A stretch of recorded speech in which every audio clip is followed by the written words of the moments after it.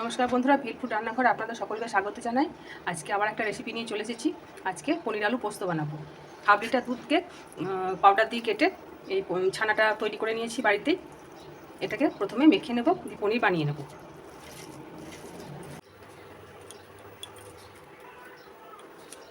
দেখুন পনিরগুলো বানানো হয়ে গিয়েছে, খুব নরম হয়েছে আর খুব সুন্দর হয়েছে। এবার এই পনিরটাকে হালকা এতে ভেজে নেব।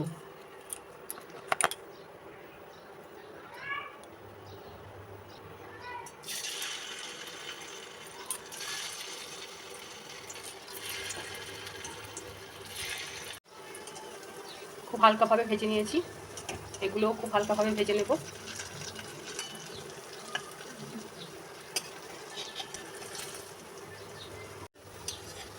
এগুলো ভাজা হয়ে গেছে, ঠিক একইভাবে তুলে নেব।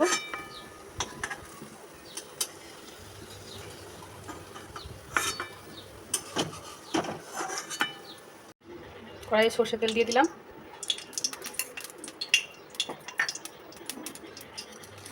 এক চিমটি সম্বরা মানে 5 ফোড়ন দিয়ে দিলাম।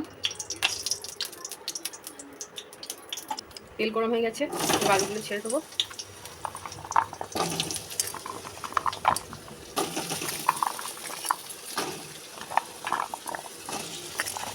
এখানে আমি 300 গ্রাম মতো আলু নিয়েছিলাম।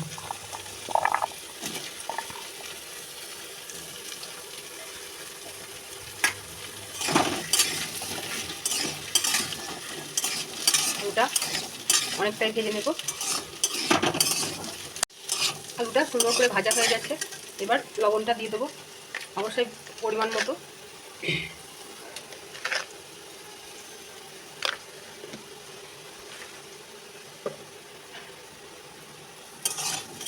আঁচি নেড়ে নিয়ে জল দিয়ে দেবো।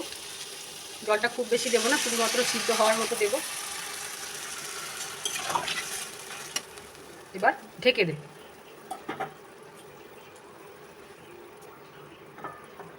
5 মিনিট ঢাকার পরে খুলবো।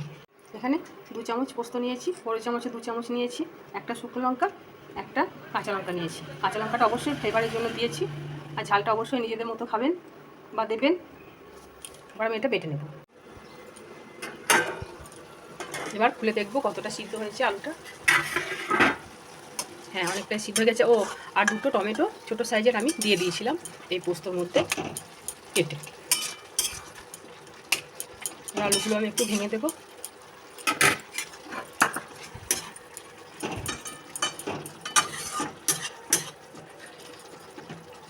আলুগুলো ভালো করে একটু ঘেঁটে দেবো।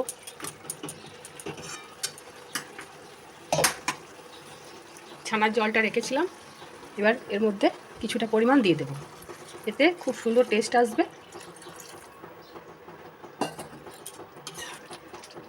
এটা অন্য তরকারিতেও দিয়ে খাওয়া যায়,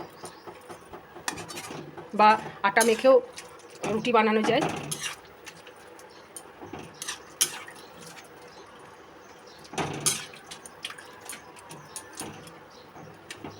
এবার এটা একটু ফুটলে পনিরগুলো দিয়ে দেবো।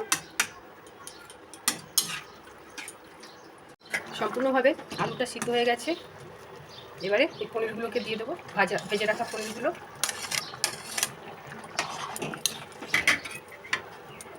আর পনির দিয়ে বেশিক্ষণ রাখবো না, কারণ পনিরগুলো ভেঙে যাবে।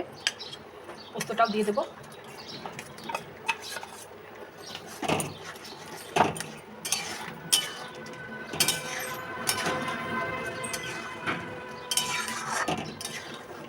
দেখুন ছানার জলটা দেওয়ার জন্য কালারটা খুব সুন্দর এসেছে।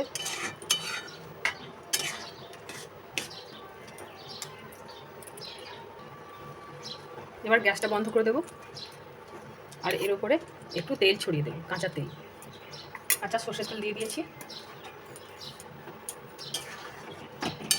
এইভাবে আপনারাও রান্না করুন পোস্ত, নিরামিষ দিনে খেতে খুব ভালো লাগবে। দেখলেন কীভাবে পোস্তটা রান্না করলাম, এইভাবে আপনারাও রান্না করুন, আশা করি ভালো লাগবে। আর আমার ফেসবুক ভিল ফুড রান্নাঘর চ্যানেলে অবশ্যই ফলো করবেন। আর ভিল ফুড রান্নাঘর নামে ইউটিউব চ্যানেলেও সাবস্ক্রাইব করবেন। লাইক শেয়ার কমেন্ট করতে ভুলবেন না। সবাই ভালো থাকবেন, সুস্থ থাকবেন। নমস্কার।